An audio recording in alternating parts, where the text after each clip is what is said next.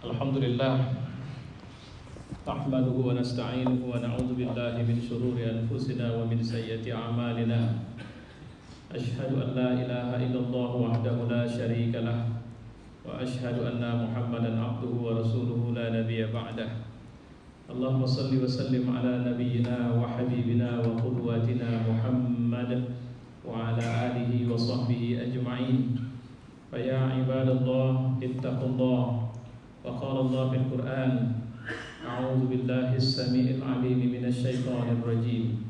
Bismillahirrahmanirrahim. Innallaha yuhibbul ladzina yuqatiluna fi sabilihi saffan ka'annahum bunyanun marsus.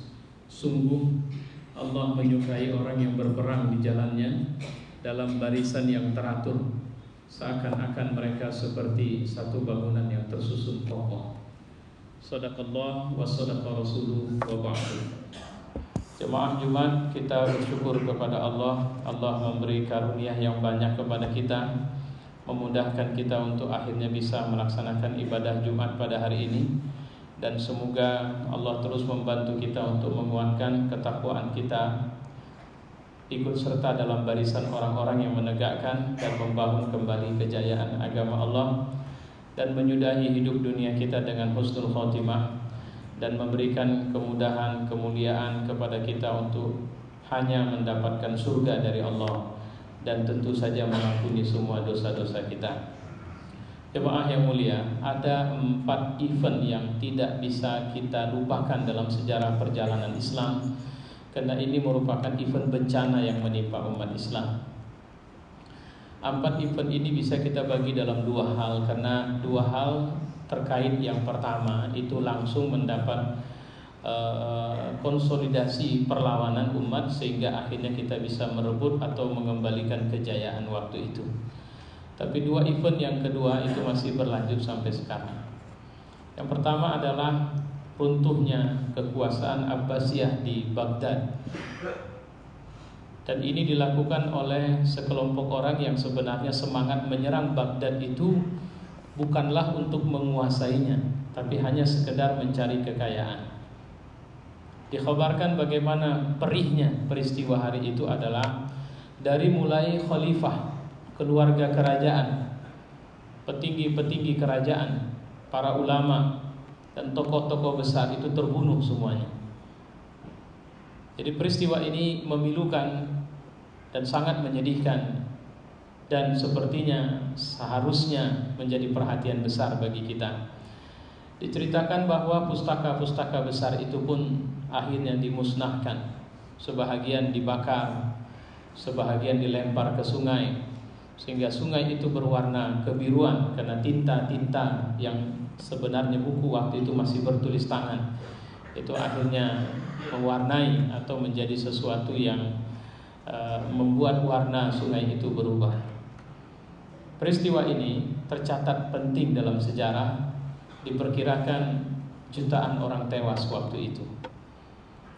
Peristiwa kedua adalah serangan pasukan Kristen salib ke Al-Quds atau Yerusalem, di mana diceritakan bagaimana Masjid Al-Aqsa itu menjadi saksi sejarah tumpukan-tumpukan mayat, dari anak-anak sampai perempuan, orang dewasa, yang semula mereka bersembunyi ke dalam masjid dengan maksud mengira bahwa itu tempat yang paling aman. Tapi pasukan Kristen salib ini tidak memberi belas kasihan apapun. Mereka terbunuh di sana. Lorong-lorong kota Yerusalem atau Al-Quds itu dipenuhi dengan jenazah. Sampai-sampai diceritakan bahwa kuda-kuda perang dari pasukan salib itu tidak lagi berjalan di atas tanah, tapi di atas mayat-mayat para muslimin yang terbunuh waktu itu. Bahkan itu tidak dicatat oleh historian muslim. Itu dicatat secara jujur oleh historian Kristen sendiri. Sejarah kebiadaban mereka di Al-Quds. Juga diperkirakan lebih 1 juta umat Islam tewas dalam peristiwa yang hanya beberapa hari itu. Inilah peristiwa memilukan pertama yang bersifat fisik. Kehancurannya tidak hanya menyerang fisik sebenarnya, tapi juga menyerang supremasi umat Islam waktu itu. Yang ketiga, dan ini juga cukup menarik, adalah runtuhnya daulah Islam di Andalusia. Ini adalah dimana ketika waktu itu Islam sebenarnya menjadi satu kekuatan yang sampai sekarang di Spanyol itu masih diakui sebagai sejarah masa lalu mereka. Dan mereka pernah menyatakan bahwa mereka pernah jaya waktu itu adalah ketika Islam berkuasa di sana.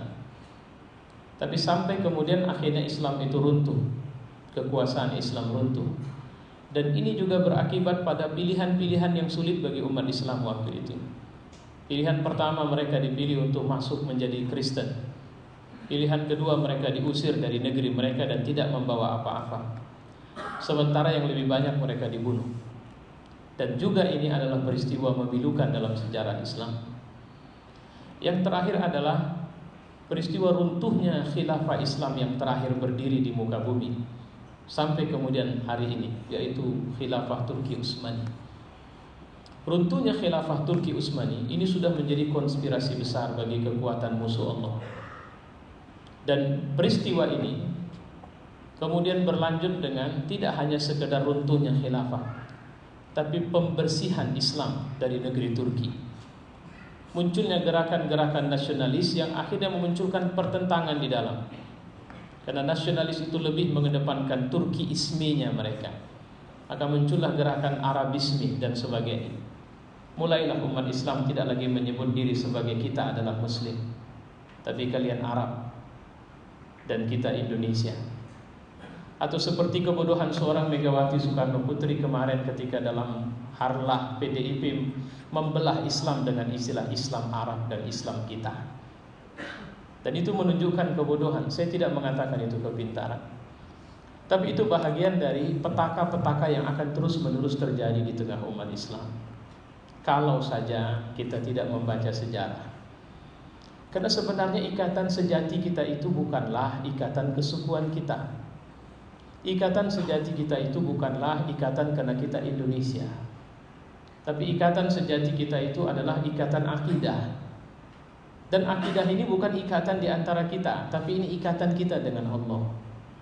Di saat ketika kita menyatakan bahwa Tuhan kita Allah dan tidak ada yang lain. Allah adalah Tuhan kita di saat kita susah, di saat kita senang, di saat kita sendiri, di saat kita sedang di tengah keramaian, di saat kita ada jabatan, di saat kita tidak punya jabatan, di saat kita miskin, di saat kita kaya, di saat kita sakit, di saat kita sehat. Allah adalah Tuhan di saat kita butuh kesembuhan, maka dialah penyembuhnya. Di saat kita butuh rezeki, maka dialah pemberi rezeki. Di saat kita butuh pertolongan, maka dialah penolongnya. Sama seperti kehebohan kita kemarin ketika kita heboh di seputar aulia.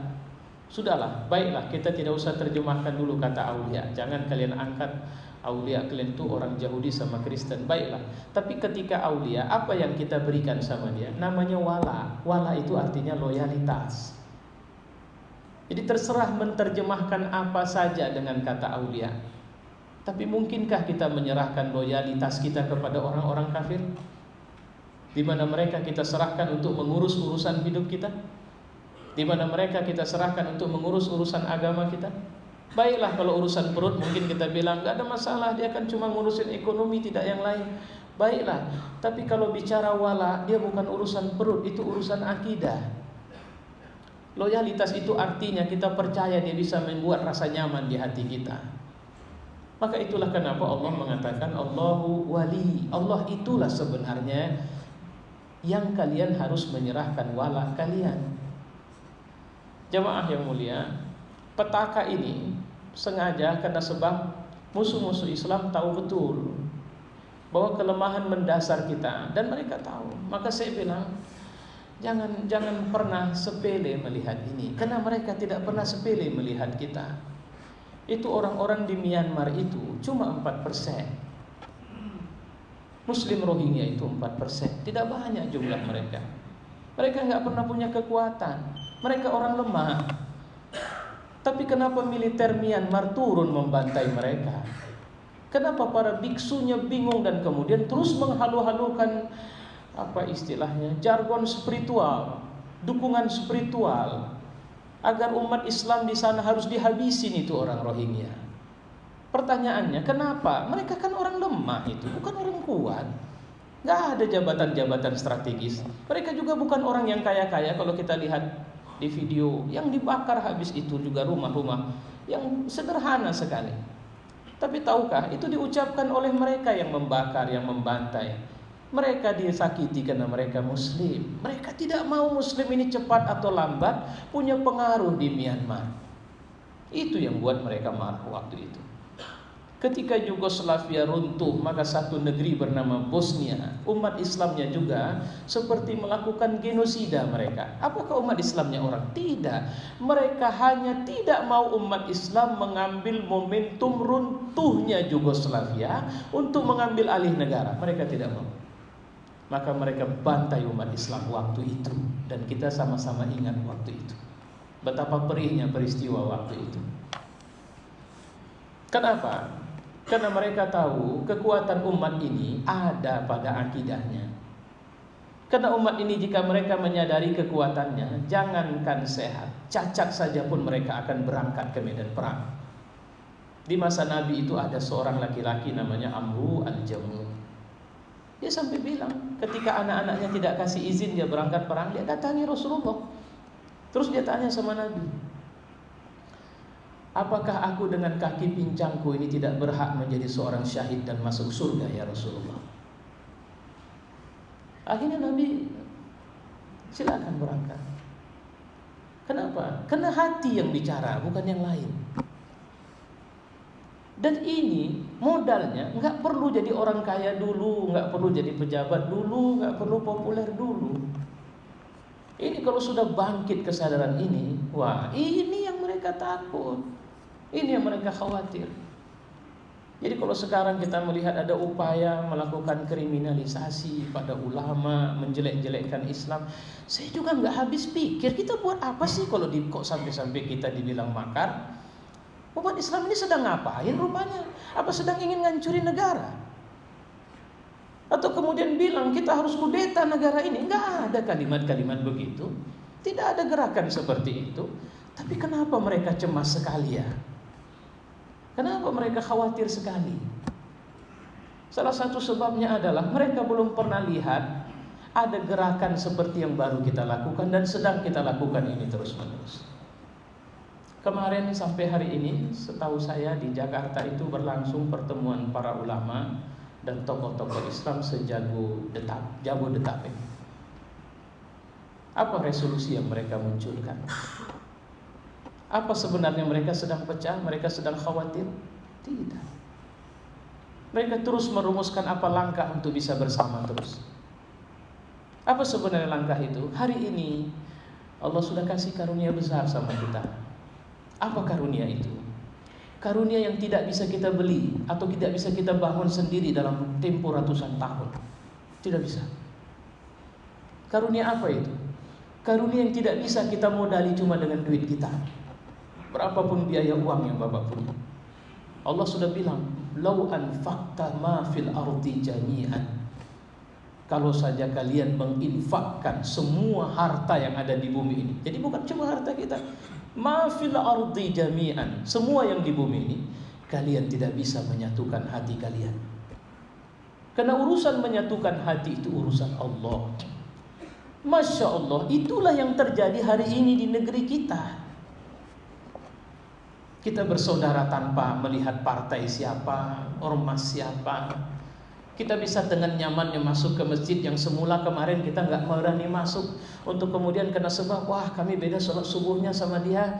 Mereka nggak pakai kunut, kita pakai kunut. Saya nggak maulah di sana. Sekarang kita tidak peduli itu. Dan mereka marah betul tengok itu. Mereka udah lelah untuk memisah-misah kita, memecah-mecah kita. Mengingat-ingatkan kita dengan sentimen kesukuan, sentimen mazhab, sentimen ormas, sentimen partai, sentimen tarikat tarikat. Mereka sudah capek buat itu. Tapi tiba-tiba saja yang mereka buat itu seperti akan hancur hari ini dan insya Allah pasti hancur. Maka mereka bergerak dengan segala cara. Kalau kita betul-betul baca Quran dan baca sirah, hampir-hampir saja kita melihat di semua wajah mereka semburat kemarahan itu akan mereka sampaikan walaupun kita sedang mendoakan mereka. Jadi apakah mereka akan senang ketika ya Allah berikan petunjuk kepada si A? Mereka tidak suka dan mereka tidak mau itu. Karena mereka sebenarnya khawatir dengan bangkitnya kekuatan umat di negeri ini. Itu pertama. Belum lagi selesai kemarahan mereka itu, tiba-tiba umat merujuk atau kemudian mengangkat seorang alim yang kita kenal selalu hidup di lapangan jihad menjadi tokoh yang ditokohkan, dianut oleh umat ini. Apa tidak bingung mereka? Tiba-tiba saja ada seorang laki-laki yang semua umat di negeri ini menyatakan dialah pemimpin kami hari ini. Dan kita tidak bicara pemimpin politik. Kita tidak sedang bicara bahwa dia layak jadi presiden, gak urusan kita itu. Kita sedang bicara bahwa dia yang akan memegang tongkat komando umat ini mau dibawa kemana. Tapi dia tidak sendiri, dia didampingi dengan ulama-ulama yang lain dan mereka marah itu. Dan mereka punya pengalaman sejarah, kalau ulama sudah bergerak maka mereka tidak akan berdaya. Baca sejarah Indonesia merdeka secara otentik.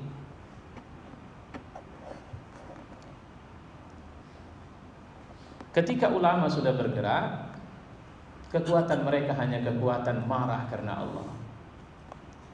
Ketika Haus Cokro Aminoto mengatakan Indonesia harus merdeka, maka sejak itulah seluruh Indonesia para ulama terus menerus bersatu bersama.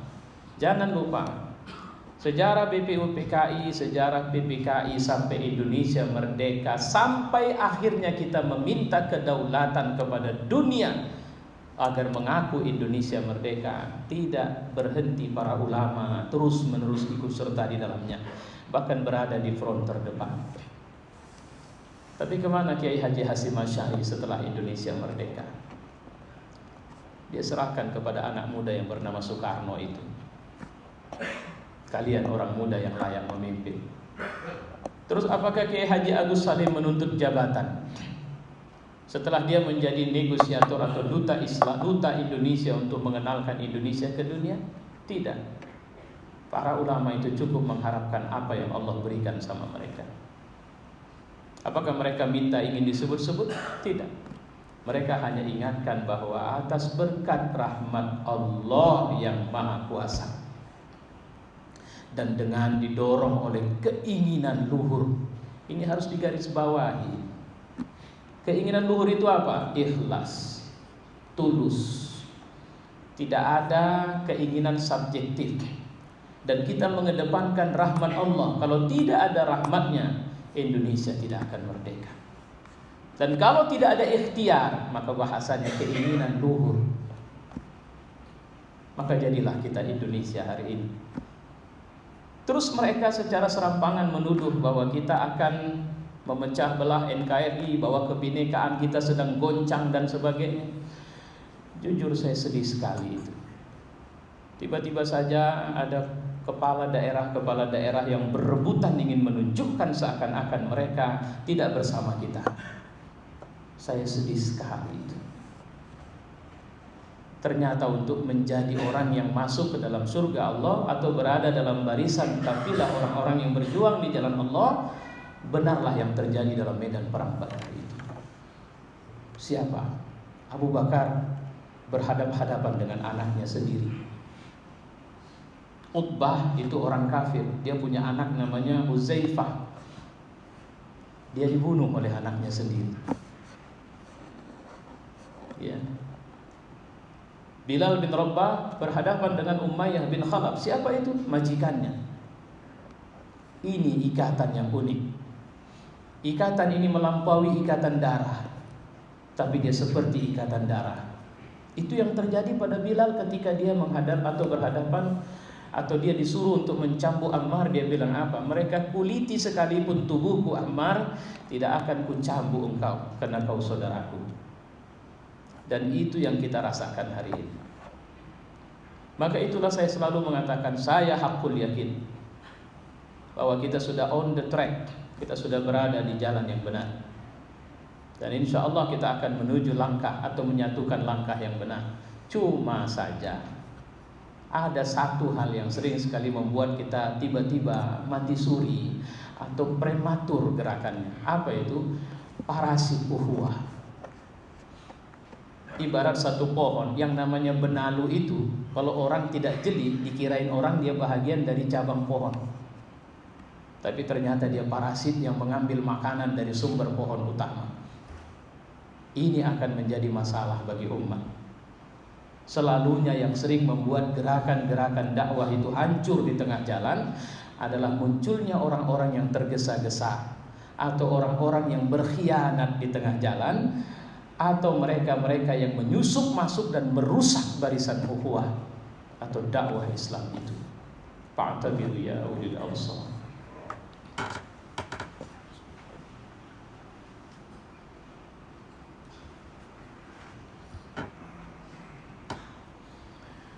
Alhamdulillah, wassalli wasallimu ala nabiyyina wa habibina wa qudwatina Muhammad wa ala alihi wa sahbihi ajma'in.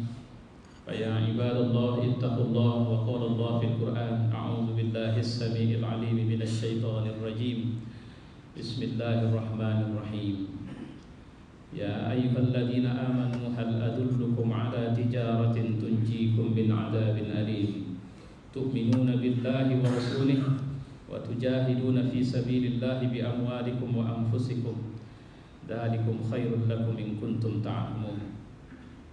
Wahai orang yang beriman, sukakah aku tunjukkan kepadamu suatu perniagaan yang bisa membuat kau selamat dari azab yang pedih, yaitu kau beriman kepada Allah dan Rasulnya dan berjihad di jalan Allah dengan harta dan jiwa. Itu lebih baik bagimu jika kau tahu. Shadaqallah wa shadaqa rasuluhu wa ba'd. Jadi jemaah, satu hari Rasulullah itu pernah sampai-sampai diangkat sarungnya kalau bahasa kita. Jadi dia jalan itu karena supaya bisa lebih cepat, dia angkat sarungnya dengan muka yang marah. Waktu itu antara kabilah Aus dan Hadzraj terjadi pertengkaran, yang sampai-sampai mereka sudah memanggil masing-masing kabilah mereka.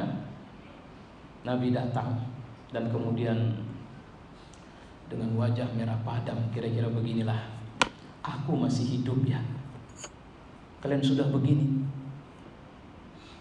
Jadi memang Nabi pernah bilang satu waktu, aku pernah minta, tapi yang satu tidak dikabulkan. Apa itu? Bersatunya umat Islam ini selalu. Ya. Apa rupa yang terjadi pada kabilah Aus dan Hadzraj tadi? Mereka bertengkar, dan pertengkaran itu dipicu oleh orang-orang kafir Yahudi. Ingat kau kemarin waktu perang kalian kan kalah waktu itu. Allah, kalian kalah. Iya memang, jadi pandai betul orang Yahudi ini mengadu. Saya cuma mau mengingatkan melalui khutbah ini, ketika Allah kasih karunia persaudaraan yang tidak pernah kita mampu bangun begitu lama, tolonglah untuk tetap menjaga persaudaraan itu. Ya, jika kita temukan ada orang-orang yang sudah mulai bilang aku, suruh dia istighfar. Misalnya kalau tidak ada aku di sini, kalau enggak, ini enggak ada hebatnya kita ini, yang hebat Allah, gitu. Terus kemudian perhatikanlah dan kuatkanlah semua bangunan-bangunan ibadah kita. Kita bilang aksi bela Quran, baca Quran tidak pernah, aksi bela Islam, aktivitas Islamnya lemah, dan itu menunjukkan Allah tidak akan. Karena bukan tidak mungkin, apa yang Allah kasih hari ini adalah amal orang soleh kita kemarin. Nah kita dikasih karena Allah melihat momentumnya ada sama kita. Kenapa? Karena Allah juga tidak mau, pasti Allah tidak mau negeri ini dibiarkan hancur. Allah tidak mau itu. Allah tidak mau komunis menang di negeri ini. Allah tidak mau ada orang-orang asing yang mereka itu ideologinya kufar, itu kemudian masuk dan menguasai negeri ini. Allah tidak mau itu. Maka Allah gerakkan kita, Allah bangunkan kita. Dan lihatlah begitu kita terbangun, ternyata mereka blingsatan semua. Dan ini saatnya kita akan membuktikan kepada Allah bahwa kita orang beriman, dan kita akan tetap menyatukan saf kita. Kita akan tetap menyatukan barisan kita. Karena kalau siapa imam, itu dalam fikih sudah adanya itu aturannya. Dan siapa yang sudah berada dalam saf, itu artinya siapa saja siap jadi imam. Itu nggak usah mikirin itu. Ini aneh, tiba-tiba dia pikir, wah dia layak nih jadi gubernur, dia layak nih. Apa dia kira cuma sesederhana itu perjuangan dakwah? Cuma mau jadi gubernur, cuma mau jadi wali kota, cuma mau jadi camat, lurah, kepling, cuma itu. cuma supaya kita bisa menjaga harta-harta kita. Bukan. Dakwah itu jauh lebih besar dari sekedar kepentingan itu. Dan itulah yang harus kita tanamkan dan kita yakinkan kepada semua orang. Wa'lamu anna Allah qala fil Qur'an inna Allah wa malaikatahu yusholluna 'alan nabiy ya ayyuhalladzina amanu shallu 'alaihi wa sallimu taslima. Allahumma shalli wa sallim ala Muhammad wa ala ali Muhammad kama shallaita 'ala Ibrahim wa 'ala ali Ibrahim wa barik 'ala Muhammad wa 'ala ali Muhammad kama barakta 'ala Ibrahim wa 'ala ali Ibrahim fil 'alamin innaka Hamidum Majid. Allahumma fir lil mu'minina wal mu'minat wal muslimina wal muslimat al ahya'i minhum wal amwat. Allahumma a'izzal Islam wal muslimin wa ahlikil kafarata waz zalimin wa dammir a'daka a'da'ad-din. Rabbana atina fid dunya hasanah wa fil akhirati hasanah wa qina 'adzabannar. Ibadallah, innallaha ya'muru bil 'adli wa ihsani wa ita'i dzil qurba wa yanha 'anil fahsya'i wal munkari wal baghi ya'idukum la'allakum tadhakkarun. Fazkurullahal 'azim yazkurukum washkuruhu 'ala ni'amihi yazidkum wa la dzikrullahi